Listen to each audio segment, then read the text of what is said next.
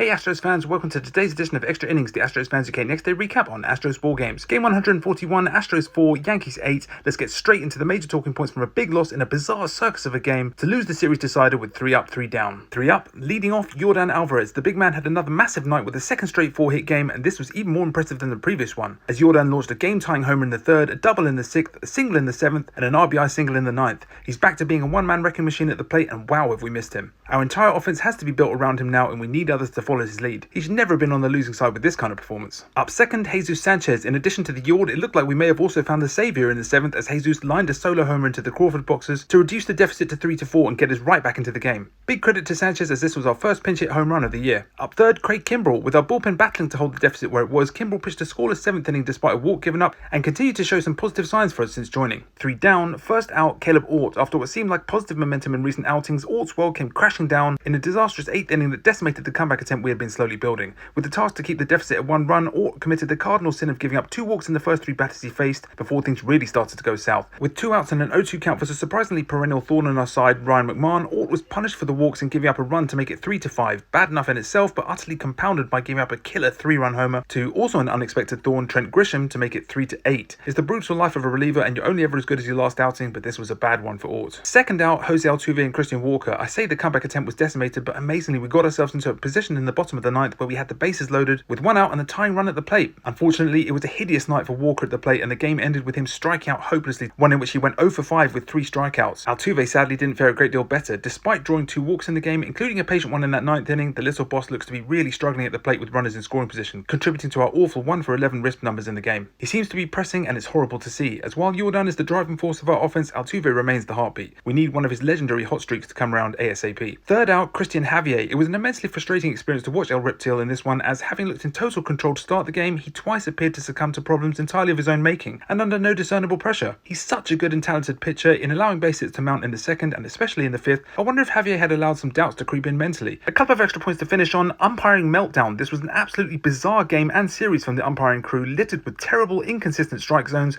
a lack of attention to counts, bickering with players, missing key calls. All in all, it was a staggering display of ineptitude all round. I know the Yankees felt aggrieved by the game before, but this was an explosion of terrible decisions affecting both teams. And Stoke late fight embers. As frustrating as the loss was, our bats hold the key, and we did show a lot of fight in that 9th inning. It's crucial we retain a positive outlook as we head into the real business end of the regular season. With the loss, we dropped to 77-64, our lead reducing to 3.5 games ahead atop the AL West. No time to be downbeat, as up next is a massive 3-game series in Arlington versus the Texas Rangers. That's it for today's Extra Innings, the next day recap. Let me know your takes on the defeat and the series loss in the comments. Make sure you're following at AstrosFansUK on all platforms, and I'll catch you tomorrow for the next edition of Extra Innings.